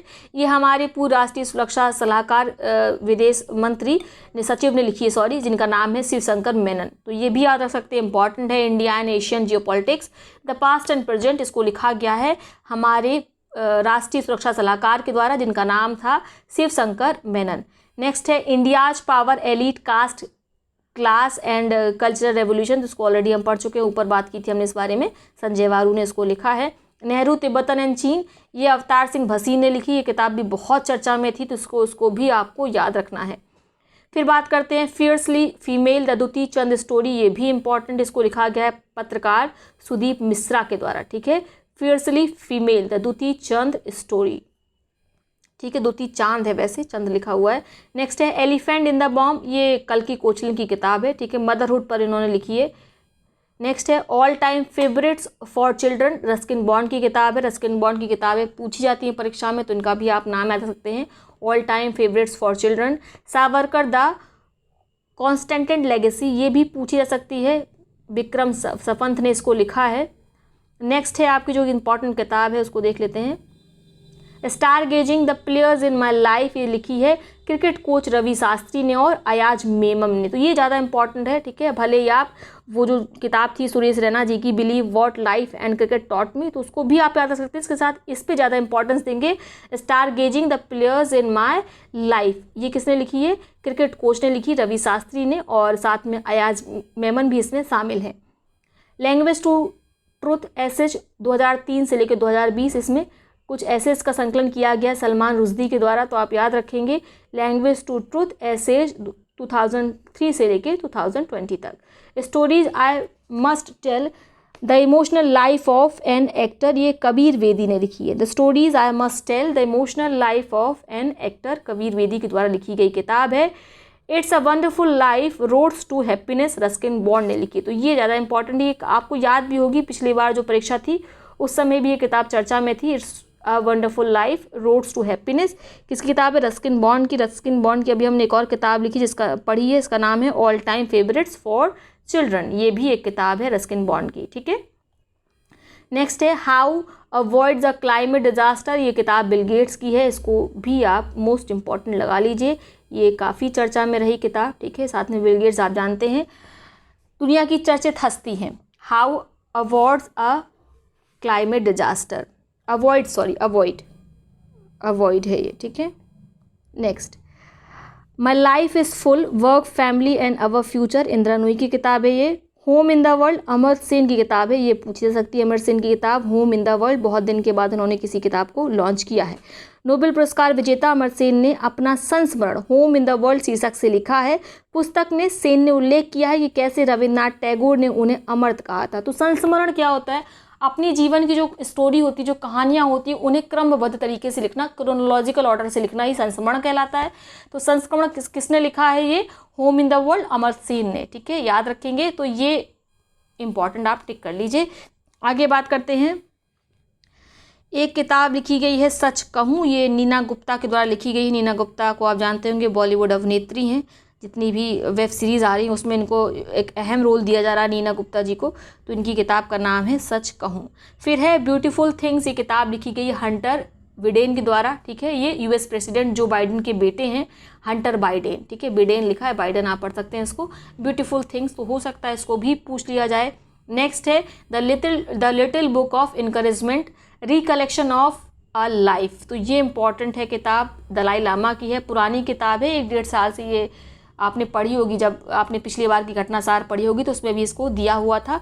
The little book of encouragement, recollection of a life, Dalai Lama की किताब है। नेक्स्ट है ये किताब इंपॉर्टेंट, हामिद अंसारी जी की किताब है, जो कि हमारे पूर्व उपराष्ट्रपति थे। इनका नाम क्या है? By many a happy accident, recollection of A life, ठीक है। नेक्स्ट है अनफिनिश्ड अ मेमोयर, ये अभिनेत्री प्रियंका चोपड़ा ने लिखी है। ये किताब भी पिछली बारी घटनासार में कवर की गई थी, तो आप इसको याद रख सकते हैं, अनफिनिश्ड अ मेमोयर। ये किसके द्वारा लिखी गई है? एक्ट्रेस प्रियंका चोपड़ा के द्वारा। फिर आती है एम राजशेखर की किताब, इसका नाम है डिस्पाइट द स्टेट। क्या नाम है? Despite the state. किसकी किताब है? एम राजशेखर की। उसके बाद बात करेंगे रस्किन बॉन्ड की एक और किताब की, ठीक है। इसमें सम्राट हल्दर भी शामिल है। किताब का नाम क्या है? Hop on my adventures on boats, trains and planes. Hop on my adventures on boats, trains and planes. इसके साथ इनकी और कौन सी हमने किताब अभी पढ़ी थी रस्किन बॉन्ड की? 1 मिनट, उसको भी एक बार रिवाइज कर लेते हैं। इनका जो किताब थी रस्किन बॉन्ड की वो थी all time favourites for children. इसके साथ एक और किताब अभी पढ़ी थी, इसके साथ याद नहीं आ रही, वेट अ मिनट। हाँ, किताब का नाम था it's a wonderful life, roads to happiness. तो कुल मिला के 3 किताबें हमने रस्किन बॉन्ड की पढ़ ली, all time favourite for children, दूसरी किताब है it's a wonderful life, roads to happiness, और तीसरी किताब है hop on my adventures on boats, trains and plane, ठीक है। उसके बाद नेक्स्ट आता है Kamala Harris, the American story that begin off India shore, ठीक है। जो इंडिया के किनारे से शुरू होती है वो अमेरिका की एक स्टोरी, कमला हैरिस। ये किताब का हिंदी में आप कह सकते हो अनुवाद है। नाम किसने लिखा है इसको? तो याद रखेंगे, हंसा माखीजानी ने लिखा है, ठीक है। हंसा माखीजानी जैन ने इस किताब को लिखा है। Kamala Harris, the American stories that began off India shore. The commonwealth of cricket, ये रामचंद्र गुहा के द्वारा लिखी गई किताब है। तो रामचंद्र गुहा के द्वारा प्रत्येक वर्ष कोई ना कोई किताब लिखी जाती है, आप इसको भी याद रख सकते हैं। इन्होंने पहली बार साथ क्रिकेट पे कोई किताब लिखी है, द कॉमनवेल्थ ऑफ क्रिकेट। बात करेंगे इंडिया 2030 की, तो राइज ऑफ राजसिक नेशन, ये खूब चर्चा में रही। इसको मुख्य रूप से किसने लिखा है? विवेक देवराय ने लिखा है। इसमें एसेस का कलेक्शन है, ठीक है। और एसेस का सभी इसके द्वारा जो ऐसे लिखे गए हैं विभिन्न टॉपिक्स पर, उसका कलेक्शन विवेक देवराय ने किया है, इसीलिए इनका नाम पहले आता है। बाकी इसमें कई लोगों के द्वारा ऐसे लिखे गए हैं जिनके नाम यहाँ पर दिया गए हैं, राम माधव, डेविड फ्रॉले, ठीक है, विक्रम सूद, रघुनाथ अनंत मासेलकर। इसके अलावा अन्य लोग भी इसमें शामिल हैं। इंडिया 2030, द राइज ऑफ राजसिक नेशन, ये सारा है जो हमारा वर्तमान में प्रशासन चल रहा है, प्रधानमंत्री नरेंद्र मोदी जी की सरकार चल रही है, ये उसी की ओर इशारा कर रही है कि कहीं ना कहीं हमारा देश जो है वो राजसिक नेशन की तरफ बढ़ रहा है, ठीक है। यानी जो प्रधानमंत्री नरेंद्र मोदी हैं वह प्रधान सेवक ना होकर सर्वे सर्वा हो गए हैं, ऐसा इस किताब में कहा गया है, ठीक है। ये मेरे विचार नहीं है। दूसरा, Manohar Parrikar off the records, ये किताब लिखी है वामन सुभा प्रभु ने। India 71 year test, the journey to triumph in Australia, ये आर कौशिक के द्वारा लिखी गई किताब है। India 71 year test, the journey to triumph in Australia, तो ये मुख्य रूप से लिखी गई है भारत ऑस्ट्रेलिया संबंधों पर, किसके द्वारा? आर कौशिक के द्वारा। फिर बात करते हैं मोदी इंडिया कॉलिंग 2021, ये इंपॉर्टेंट है, इसको लिखा गया है विजय जौली जी के द्वारा। मोदी इंडिया कॉलिंग 2021, विजय जौली इसके राइटर हैं। फिर नेक्स्ट बचती है हमारी the population myth, Islam, family planning and politics in India, already हम पढ़ चुके हैं। ये किसके द्वारा लिखी गई है? हमारे पूर्व मुख्य चुनाव आयुक्त SY कुरैशी के द्वारा। तो आप समझ सकते हैं किताब कितनी इंपॉर्टेंट है, ठीक है। तो इसको लगा लीजिए मोस्ट इंपॉर्टेंट। वैसे ऑलरेडी मैं इसको पहले भी मैंने मोस्ट इंपॉर्टेंट इसको बोला था। नेक्स्ट, अनुपम खेर ने कौन सी किताब लिखी है? तो लिखेंगे your best day is today, आपका जो बेस्ट डे है वो टुडे है, वो आज है। ये किताब अनुपम खेर जी के द्वारा लिखी गई है। उसके बाद बात करते हैं आई एम नो मसीहा, तो इसको लिखा है सोनू सूद ने। साथ में कौन शामिल है? तो आप नोट करेंगे, इनका नाम ज़्यादा इंपॉर्टेंट है, मीन के अय्यर। ये सबको याद रहेगा कि आई एम नो मसीहा किताब सोनू सूद की है, पर इसको लिखा किसने है साथ में? तो मीन के अय्यर ने लिखा है। उसके बाद बात करते हैं unscripted conversation of life and cinema, unscripted conversation of life and cinema, Vidhu Vinod Chopra और अभिजीत जोशी द्वारा यह किताब लिखी गई है। Stories I must tell an actor emotional journey, तो ये अभिनेता कबीर वेदी ने लिखा है, ठीक है। किसने लिखा है? कबीर वेदी ने लिखा है। Stories I must tell an actor emotional journey. उसके बाद नेक्स्ट किताब है अ प्रॉमिस्ड लैंड, जो कि लिखी गई है अमेरिका के पूर्व राष्ट्रपति बराक ओबामा जी के द्वारा, तो आप याद रखेंगे। फिर आता है बोस्कियाना। बोस्कियाना किसके द्वारा लिखी गई है? लिखी गई है यशवंत व्यास के द्वारा। पुरानी किताब है, आपको ऑलरेडी याद होगा। कवि गीतकार गुलजार के जीवन पर आधारित पुस्तक बोस्कियाना मुंबई स्थित गुलजार के घर के नाम पर है। गुलजार साहब का जो घर का नाम है बोस्कियाना है, और उसी के नाम पर यशवंत व्यास जी के द्वारा उनके जीवन पर आधारित एक किताब लिखी गई जिसको नाम दिया गया बोस्कियाना। आगे बात करते हैं till we win. AIIMS Delhi के निदेशक रणदीप गुलेरिया की एक किताब है। उसके बाद आता है टिल वी विन, ये कोविड-19 पर आधारित किताब है, ठीक है। जब पहली फर्स्ट वेव आई तब इन्होंने लिखा था टिल वी विन। किसने लिखी थी? एम्स दिल्ली की निदेशक डायरेक्टर ने, जिनका नाम है रणदीप गुलेरिया। उसके बाद अ न्यू इनिंग्स, ये किताब किसके द्वारा लिखी गई? तो ये लिखी गई मनोज बडाले और साइमन ह्यू जेस के द्वारा। क्लियर। उसके बाद देव बीचवा करणी, एक नेम काम के लिए अपना जीवन समर्पित करना, ये जो ये लिखा हुआ है इस भाषा का अनुवाद है, ठीक है। देव बीचवा करणी किताब किसके द्वारा लिखी गई है? बाला साहब विखे पाटिल के द्वारा। तो ये किताब अभी तक जितनी किताब पढ़ी उसमें सबसे ज़्यादा इंपॉर्टेंट यही है, देव बीचवा करणी, ये पूछी जा सकती है। आगे बात करेंगे the battle of belonging, Shashi Tharoor की किताब है। ऑलरेडी आप जानते होंगे, ये काफ़ी पुरानी किताब है, मुझे लग रहा है 3 या 4 साल पुरानी किताब है, द बैटल ऑफ बिलोंगिंग, ठीक है। कई बार आपने इसको पढ़ा होगा, घटना सार ने खुद इसे 3 या 4 बार कवर किया है। उसके बाद आता है how to be a writer, ये रस्किन बॉन्ड की किताब है। फिर आता है portraits of power, half a century being at ringside, ठीक है। Portraits of power, half a century of being at ringside, ठीक है। रिंग साइड के एक और होने पर जो हाफ सेंचुरी है, पावर का जो पोर्ट्रे है, इस पर ये किताब लिखी गई है। ये किसने लिखी है? एन.के. सिंह ने लिखी है। एन.के. सिंह से आप परिचित होंगे। ब्रेकिंग थ्रू, ये किताब किसने लिखी है? ब्रेकिंग थ्रू अ मेमोयर, इसको लिखी गई है ईसरजज अहलूवालिया के द्वारा, ठीक है। किसके द्वारा लिखी गई है ब्रेकिंग थ्रू? ईसरजज अहलूवालिया के द्वारा। तो ये प्रमुख किताबें हैं, इसमें बहुत सी इंपॉर्टेंट किताबें हैं जिनको ऑलरेडी छोड़ दिया गया है घटनासार के द्वारा।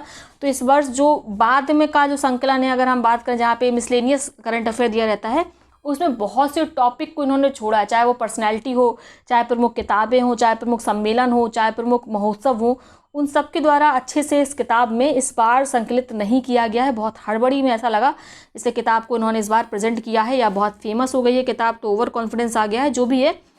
तो बहुत सारे टॉपिक इसमें छूट गए हैं। हो सकता है पीसीएस के पहले ये लोग कोई और किताब लेके आएँ, लेकिन पीटी के लिए जितना दिया है इसमें वो सफिशिएंट है। पीटी के लिए आप इतना ही पढ़ सकते हैं। इसके साथ अगर आपको लगता है कि आपको थोड़ा अच्छे से तैयारी करनी चाहिए, तो इसी चैनल पे जो सुबह की चाय के साथ 10 इंपॉर्टेंट करंट अफेयर सेशन आता है, उसको ज़रूर देखा करिए। ये मत सोचा करिए कि उसमें 100 ही व्यूज़ होते हैं, अच्छा होता तो ज़्यादा व्यूज़ होते, इसको देखना बेकार है। आप उसको 3-4 दिन लगातार देखेंगे तो आपको खुद फील होगा कि वो वीडियोस वाकई बहुत अच्छी हैं। देखिए यूट्यूब में जो रिकमेंडेशन करने का एक एल्गोरिथम होता है कि वो किस हिसाब से वीडियोस को लोगों को रिकमेंड करेगी। जब लोगों को रिकमेंड करेगी, ठीक है, उनकी सजेशन में शो होगा, तभी वो उस वीडियो को देखेंगे। लेकिन कुछ ऐसा एल्गोरिथम का इसका सिस्टम फंसता है कि वो वीडियोस रिकमेंडेशन में नहीं जाते, या उसका टाइटल है सुबह की चाय, वो कोई सर्च नहीं करता, इसीलिए भी सर्च इंजन में प्रॉब्लम होती है और इसीलिए भी ये सजेशन में नहीं जाता। लेकिन अगर आपने घटनासार देखा होगा, उसमें मेरे व्यूज़ काफ़ी अच्छे रहते हैं, क्योंकि घटनासार ज़्यादातर लोग के द्वारा सर्च किया जाता है। तो व्यूज़ का जो असली फंडा है यूट्यूब में, वो एल्गोरिथम पे डिपेंड करता है, सजेशन पे डिपेंड करता है, रिकमेंडेशन पे डिपेंड करता है। तो ये सोच के आप केवल वीडियो नहीं देखते हैं कि इसमें व्यूज़ नहीं है, करंट अफेयर का वीडियो जो सुबह आता है उसे नहीं देखना चाहिए, तो आपका ही लॉस है। वीडियो तो मैं बनाती हूँ क्योंकि मेरा पैशन है पढ़ाना, इसलिए मैं तो बनाऊँगी, भले ही उसे 50 या 60 ही व्यूज़ आएँ, चाहे 100 व्यूज़ आएँ, लेकिन आपके लिए लाभकारी रहेगा अगर आप उसे रेगुलर देखेंगे, ठीक है। अगर आप उसे देखना चाहते हैं तो फरवरी से आप उसको शुरू करिए और फरवरी से लेके अभी तक, आज तक का देख लीजिए, ठीक है। उसको नोट करते जाइए, पढ़ते जाइए, उससे आपको डेफिनेटली लाभ मिलेगा। आपके एक भी क्वेश्चन नहीं छोड़ेंगे। आज जो डेट है, आज कौन सी डेट है? हाँ, 25 तारीख है, 25 जुलाई, और आज MBPCS का एग्ज़ाम था।